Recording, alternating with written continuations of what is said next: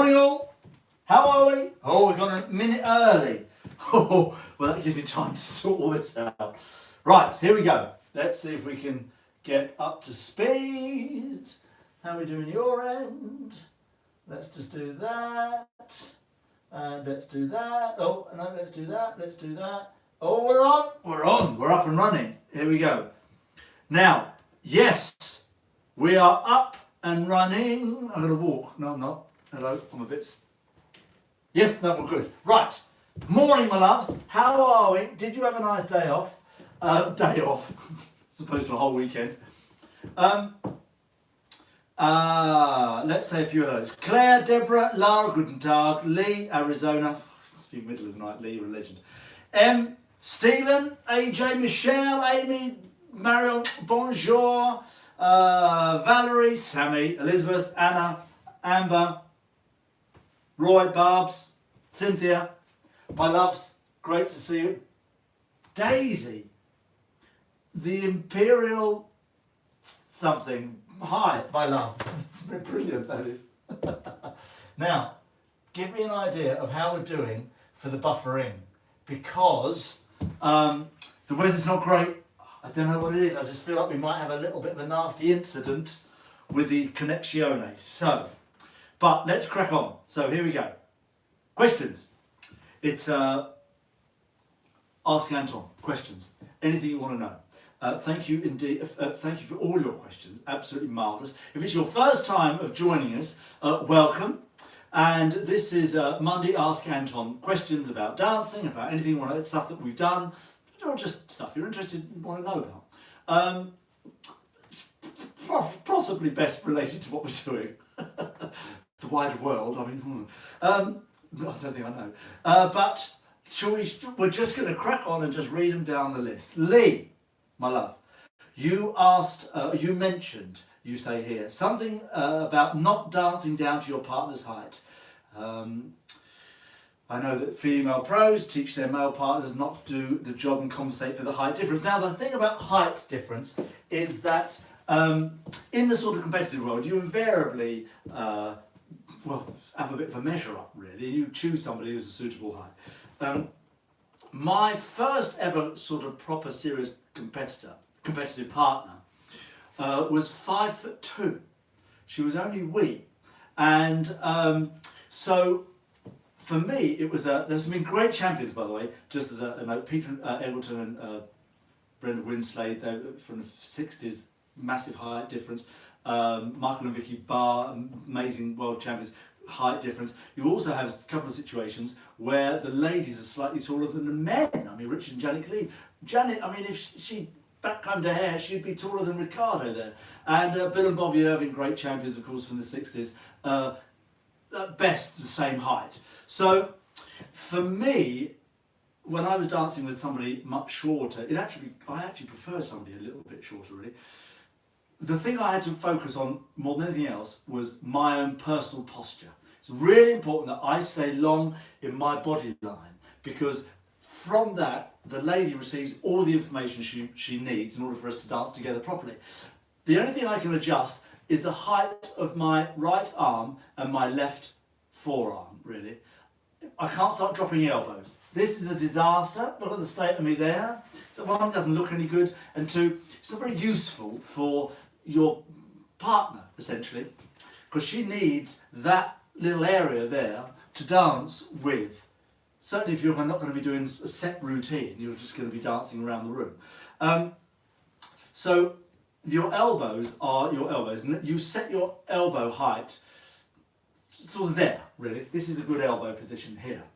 Now the adjustment you make is, as I say, through the hand here. You can get a little bit closer here, you can bring this in here if need be, and then you dance with your partner, but you must stay long. This here is a disaster. This doesn't help anybody.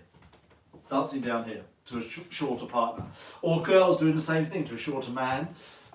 You must dance your own height, because it's integral to the technique and to the mechanics of the dance of two people dancing together that close. Because if I'm stood up against my partner as I should be, she needs a long body line, and vice versa. I keep saying she, but it's vice versa. if I do this, you see what it does to my body? It takes my body line away from my partner and vice versa. So I end up with a big situation here, which means turn is going to be a disaster. So I need a long body line in order to be able to pull off the choreography, if nothing else. And the only adjustment you make are to the hands, the elbows, try not to drop the elbows, just put them in a position that's comfortable for both of you, but try not to drop them. We don't want any droops. Drooping is bad. All right, I hope that's sort of a bit clearer. You don't have to do anything with your knees. Don't go stand dancing up. If you're a shorter lady and a taller man, girls don't dance up to your man. You dance your own height. You just dance the height you are and dance your technique. I've danced with some wonderful, wonderful, brilliant lady dancers, teachers of mine over the years, had lessons, who are, sort of a bit shorter. And I remember dancing with one lady, she was quite a bit shorter than my partner at the time, Erin in actual fact, and we were going to do foxtrot, which is a straight line dance. Here, and if you get that wrong, you're going to give her a proper good kick. So, but you must dance your height, and she was away. So it's absolutely fine. If you dance your height, you're fine. Don't try and stretch. Let's have a look here. Rack, what is the biggest challenge you have faced being a dancer? Rack, I'll come back to that. That is sort of a bigger question. Everything from, well, just everything. And it changes as well over the years, depends what I'm doing. Whether I'm competing, whether I'm performing on Strictly, whether I'm performing live on stage, all these things. But they're good challenges, and I like the challenge. I like the challenge of just trying to get better. That's really the biggest challenge, trying to be better all of the time. Push, push, push is my motto. Alan, I'm 5'10", my wife is 4'11". Brilliant! Well, I answered that a moment ago. You just have to adjust, as we discussed. Deborah wants to know, could I ask, please, by all means, might I ask anything you like, about the rumba? Of course. When lady does the swishing step, are you talking about the swivel? Right, then left. Are you actually caressing the floor when you do it? I'm presuming when you're saying that you're talking about the swiveling action here. And yes, your foot is in contact with the floor. You have an element of foot pressure. What I mean by foot pressure is that you've no weight on it, so I don't have any weight on it, but I don't let the thing flop all over the place. This is a disaster. So what is important is that there is a pressure on the moving foot to the floor. It gives you control, and also you keep form as well, which is really important. It looks nice. So yes, you are caressing the floor with an element of foot pressure. So that pressure through the foot without body weight, so you're not standing on it. How about that? Just let me know if you meant swishing, you meant swivels when you said swishing. Otherwise we're talking about two different things. Let me know, and I'll answer that as well. Marion, in Latin, do you stand upright or slightly forward over your feet? Now, different for ladies and boys, because boys are very in the flats, in the normal shoes, unless you're going to wear a Cuban heel. Boys, the ladies are invariably they're in 3-inch heels often, even taller than a ballroom heel, which normally is a 2.5-inch heel, or you might do centimetres, which would be different, and I don't know what that is. I'm still a little bit old money. And so the weight, by definition, is already slightly pitched forward. And of course, in Latin, you're taking a toe lead, really. So everything, you can see my footwork here, everything is going from toe to flat. Whereas in ballroom dancing, we start on a heel and we just do a walking action. So yes, the weight is slightly pitched forward here and here, but not to the point where I've got any sort of stress on it. I don't want to be leaning visibly forward. The disaster, I mean, the lesser of two evils is to be slightly too far forward. Being backwards is, so sitting on what we call sitting on your heels, disaster. Because the first thing that's going to happen is you're going to plonk down on a heel lead. Len would hate that, and I can understand why. So yes, you are very slightly pitched. What I would call sort of a light heel. You can, that sort of feel in the heels. And then you're just walking through it. But you are putting your weight on the full foot. But by definition, you're going to be pitched forward because your weight is already forward because of the 3-inch heel. So you must be able to get forward, and you'll know if you're in a good position or not. One, you have great posture. Let's presume you've got great posture, you're holding your middle in. Let's presume all that. When I do when I'm walking forward here, if I can walk forward here in balance comfortably and let the foot roll from foot to foot, or the weight roll from foot to foot, sliding my foot forwards as it goes through the toe onto the flat foot, releasing the back heel, and then I repeat the motion. If I can do that smoothly, your weight will be in the correct place. So there you go. All you can do is work on the technique. Lauren, how big should you take your steps when doing the crisscross Voltas? Do you mean the the one that goes da-dee-ah-ya, or are you just talking about the Voltas? Sometimes people call that the crisscross Volta, and it's just a Volta. The principle is the same for both, in actual fact. The Volta cross here, there's my cross, I step to the side. It's only this wide, shoulder width apart, that's all. The wider you make anything, the more difficult it is to get any body action through it. So here, and this foot just slides and drops in front of you. So you go and donk, and donk. Now if I take this too big, certainly the cross part, one, it's awful, look at the state of me. Two, I can't really get, and it all becomes a bit awkward, I can't get any body action, so I must get the hip action going here and so really the crossing action in the Volta is quite, well, I would say it's shoulder width apart. I just go hand, rum, then you can get the hip going, so here, and you can also get the rise and fall that you need through the feet in order to pull that off. I think I just dislocated my hip. I hope that was okay. Who asked me that? Lauren. Now, Frankie from Belgium. It's Belgium. Oh. This is quite a technical question. Let's do the first. You've got me 3 questions here. Let me just do the first one.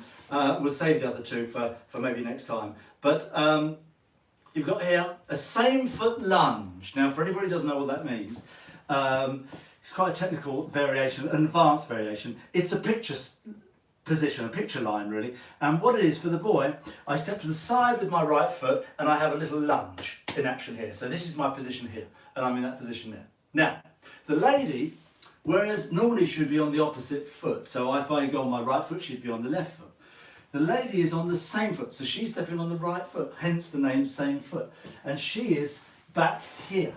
So she's sat into the right leg here with her left leg stretched forward, pointing like this. And she's dancing with a man here, and her head is turned to the left, and if you sway, the head turns to the right, here. But the thing about it is that we're both on the same foot. So I'm here, she's there on her right foot, and we're in position here. Now, the problem with being on the same foot is you've got to get back onto opposite feet. And so, which means somebody's got to do a foot change, or do an extra, well, we call it a foot change, which means either one person does a step less or a step more. Now, and your question is this. What is your favourite exit from a same foot lunge? How do I get out of the same foot lunge? Now, I'm going to do it here, see if I can show you. I'll show you very briefly, or I'll show you very quickly what it is. I like this exit. I like the pivot out into promenade here. I hope you can see that across the room. So I'm going to go swish and out. That's the one I like. Unless I'm doing some sort of picture thing where I change the line here and I just come up through here. Those things are nice, but really if I've done all my bits and pieces and I slosh the lady into a same foot lunge, and then I'm going to come out with one of those. A quick telemark. Now, the boy's steps are this. I go onto my left leg here, I step round onto my right leg, and then I step forward in promenade on my left leg, continuing to turn. Now the lady has got an extra step to do. I've got 3 steps. She'll have 4 steps. She's going to go forward, back. Now, depends who you ask. You can either, ladies, do a toe pivot or a heel turn. So it's a pivot in action into an open telemark. So for the lady, you're in this position here. You can do a little pivot here onto the left leg. Then you go back onto your right foot. You do your heel close, and then your heel turn, and then you go into promenade on the right foot, here like this. That is my preferred method. It's sort of, I think, probably what I like about it is probably the thing that I've first learned how to do it, and I think it's a lovely way of doing it. Now you can, for the ladies, just go forward, forward, toe pivot, and then come out.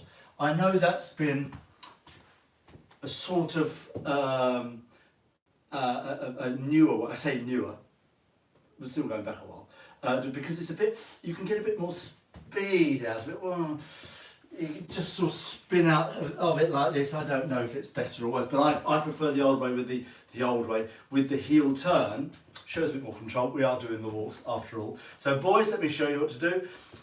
Your first step here, you transfer weight to the left, here like this, onto your, it's not a step. This is important to know because at that point the lady's got 2 steps to your 1. This is the extra step. And she's pivoting as well, which means you don't progress on a pivot. We all know that. You just pivot, otherwise you don't pivot. So I'm going to do this. So my primary thought is to turn. So I'm doing this here and I must turn. Now the lady has got to shift and twist, shift and twist, shift and pivot. So she has to do move and pivot. Do you see that? But you have to get the lady, boys, to onto her leg comfortably. So when I say you get to her, she's going to go obviously on her own because she's a wonderful dancer. Your job is not to shove her, not to go too fast, not to get involved in your bit, because you've got fewer steps. So you have to take your time, you have to be sensitive. Boys, you've got to be sensitive. So now I'm going to move across here like this. The lady has taken the step, she's now pivoting. And as she's pivoted, I'm going to step, step, and come out. Ladies, you're going to go forward pivot. See how I pivoted on? I went onto a heel, then I went straight onto a toe. Heel, toe, pivot. There. That's the pivoting action. It only turns. Now I go backwards on my right foot, I do a lovely heel turn, and I come out onto toes for a toe lower in promenade position. Now that I've sort of gone over that a little bit quickly there, Frankie, because I don't want to get stuck on it, because that in itself is quite a big subject, because it's quite technical. Give it a go, see how you get on. The most important part is the first bit. You have a little shift of weight here from one foot to the other, and don't make it too big, because the lady has got to do a turn on the end. So as long as you remember that, you'll be fine. Good luck with that. Let me know how you get on, and we will probably come back to that because that's a very good, well, it's a very technical question, so it's good. Now, Gillian, you've got the most amazing question here. I mean, they're all amazing questions, but this is quite a question. Let me. This is a whole session on its own. This one question. Let me do it very quickly. I feel like I don't want to do it quickly because I want to talk about it a bit more, but we'll do it quickly and then we'll come back to it and we'll have a bigger conversation about it another time. Hi Anton, hi Gillian. I'd like to know from a dancer's perspective, already I'm all ears, where your starting point is when building a character-driven number, like movies or musicals week on Strictly. An example of what I'm talking about would be a little 30-second section on Broadway ballet number in Singing in the Rain, where Gene Kelly shows his character's progression starting out from fame and fortune, does essentially the same thing 3 times. Gotta dance, dum dum dum dum dum dum dum. Goes to an agent's office, knocks on the door, does a little dance, opens the door, says no thank you. He goes fine, all right, bum bum bum bum bum. Gotta dance, dum dum, and it's all that, right? But if you've ever seen it, that's the bit I think you're talking about. I hope, otherwise that was a bit random.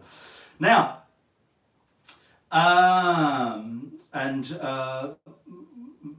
you say here, my acting trainer would have me starting with who I meant to be each time and I would build from there. Do you start from the same place or would you look at the choreography first, then hang the characterization on that framework? Thank you, Gillian. Gillian, marvellous question. Well, personally me, isn't that the same thing? For something like movies and musicals, the first thing to start with, of course, is choose your number. So I'm going to use, let me use the Viennese Waltz that Emma and I did last year on Strictly Come Dancing. It was a tremendous dance, one of my favourites I've ever done on Strictly Come Dancing. And when I danced with Leslie Joseph, we did a great number to Quickstep. We did a number called Couple of Swirls, the Fred Astaire and Judy Garland number from Easter Parade. Now, the thing about that number, which I thought was also a brilliant, brilliant number, and I loved, one of my favourites again, but it was already a set characterisation. I lifted something, we put our own choreography together, but the characterisation was already set. Now, something, the one I did with Emma, for example, once we established, the first thing to choose, of course, is the music, which will determine, once you've chosen the dance, you choose the music, which determines the mood of the dance. Everything starts for me with the music. So once I've got the music sorted out, we then talked, so Emma and I talked about this for a lot, about the relationship and the conversation we were going to be having together through the dance. So for me, it was important that I understood what we were trying to achieve. So basically, what are we going to end up? What is the story? So for me, all the time, it's always the beginning. So if I was going to stumble on something, it's the same if I'm writing a novel, writing one of the novels, or choreographing a dance. It's all the same to me. How do I begin? How do I begin?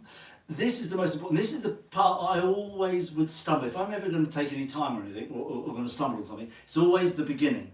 And once we had established that we were a couple who obviously we're going through a few problems, and so we're on a bench. We've obviously had a bit of an argument, but it was much worse than that. It was a sort of a sense of betrayal. Something terrible had gone on. We hadn't decided what it was exactly, but it was really quite a bit of a moment. So we're on the and it was Send in the Clowns as a song, and the sort of narrative really was that I'd been a bit of a clown, really, but much worse than that. And so we're sitting on a bench, and I turned to her, and she was so upset she couldn't acknowledge me. Anyway, if you remember it, she walked away. I went to her, and then we got into the dance. And the actual choreography of the dance wasn't very difficult, wasn't very complex. It was Viennese Waltz, it was complex enough, but it wasn't a massive. We didn't take hold and start dancing immediately. The story took us through the number, and it was basically we were telling a story of our relationship. So from where it began, where we weren't getting on until we weren't even speaking, it was almost on the brink of breaking up, to the point where we were back together, and she'd forgiven me. I find myself in the lot, and we were fine. And so in a minute and a half, it was important that we told that full story, and I love it. It's one of my favourite numbers for that reason I've ever done on Strictly Come Dancing, and I thought Emma was brilliant. But then I sort of used her talent as an actress as well to be able to portray the story. So it was a wonderful thing. Now I hope that's okay in answer to your question. For me, it's how I start. It's once I've established the character of the dance, the story I'm trying to tell. It's always the beginning. How do I start? How am I going to tell the beginning of this story? And then the rest really sort of takes care of itself. As long as I've invariably know where I want to end. For some reason, that comes very, very simply. It's the beginning bit. And once I can see that, then I can just fill in the gaps as such. I hope that's okay. I hope that sort of answers your question. But again, I'd like to talk to you about it more, really, but maybe we can spend a bit more time on it another time. AJ, in the basso. Oh, hello, the phone's going. I wonder if we're having a nightmare. Oh, is that my agent? In the basso, can you please show how the speed of the arm movements make a difference in the attitude of the dance? Someone is struggling with this. Hint, hint, not me. Best beloved. She grassed you up. Well, the arm movements in Passo Doble are arms in Latin because they're free arms, and a lot of the time you're not holding your partner. They are a vehicle for expression. They are there so you can express what you're trying to do And they're a very, very important part. So if your arm is wafting about all over the place, all it's doing is sort of making you go, oh my God, what's he doing with his arm? And you lose any sense of attitude or atmosphere or characterization. Sometimes less is more. So just one long sweeping arm movement would be enough. The position of a hand here says a lot as well. So this is a giving sort of gesture. This is a sort of a rejecting gesture. So the arms and hands are very, very important. I would say, best beloved, less is probably more. Either that or just keep hold of her. Astrid, if I could dance with anybody from the past, who would you choose? I tell you who I'd like to have a little dance with. There's two people I'd like to have a little dance with. One would be Sid Charisse, who I thought was just, as we all did, amazing. Ginger Rogers, of course, wonderful. There's some great dancers at the time. Sid Charisse, I just love that elegance. But I'd love to do a number with Fred Astaire. I just think he's amazing. I'd love to have done a little Hat and Cane number with him. How amazing would that have been? But Sid Charisse, I think.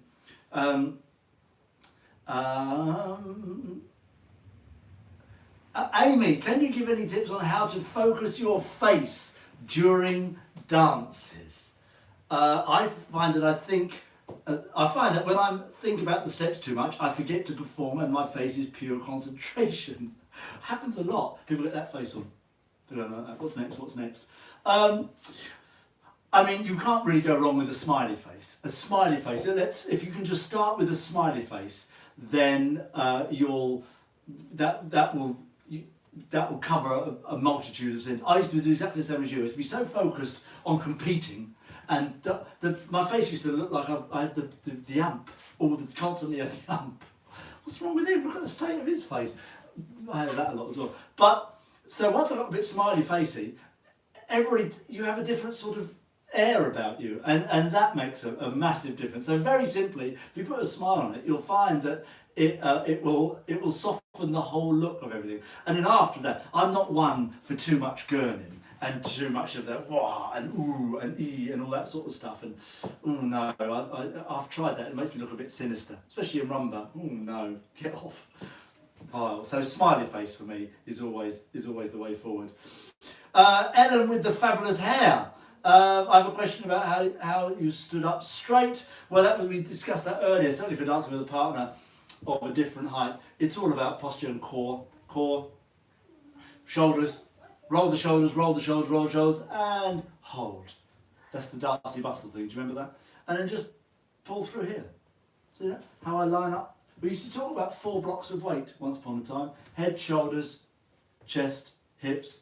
Make sure all of this is all lined up. You don't drop anything like this, anything out of position here. Just line it all up as natural. I have to have a little sort of bit of air underneath my chin, or there's a lot of air underneath my chin, and that just puts my head in the correct position. So all of these things are very important, and once you've established that, look in the mirror, check your posture. The whole thing about standing up against the wall isn't really that good because we're not straight, we're a bit curved. We have a vertical line around a curved body sort of shape, you know, the spine isn't dead straight, etc., etc. So it's lining up your sort of parts of your body vertical, but the head is a big part of it. If the head goes, other stuff will follow. So make sure your head's in the right place.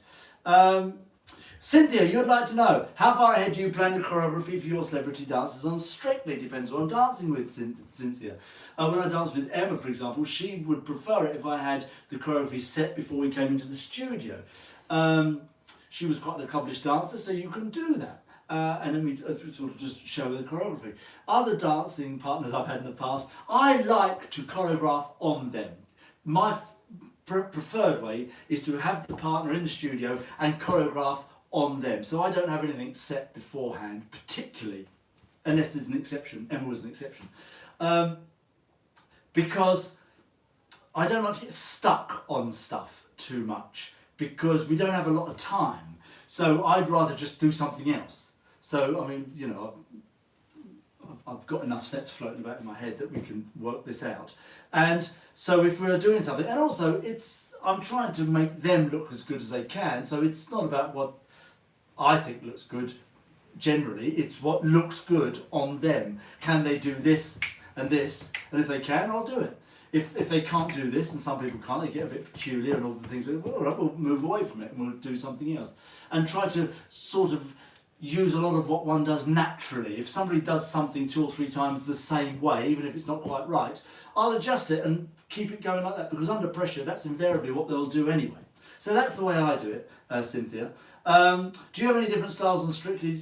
So you have to do, this is Stace, you have to do different styles on Strictly. So what's one move, dance, that took you a long time to perfect? I mean, when we started doing commercial on Strictly in the group dances, I mean, for me, it's you know, the group dances really, the other stuff obviously is not a problem, but when we started doing things like commercial dance on Strictly Come Dancing in the group dances, I won't deny, it took me an hour or 2 to get that, because I just felt like I was having a midlife crisis every time I had to go with it. But I've found, one finds a way, and now I've sort of developed the style so it suits me a bit more. But it's, but I love it. I love all of these things. I love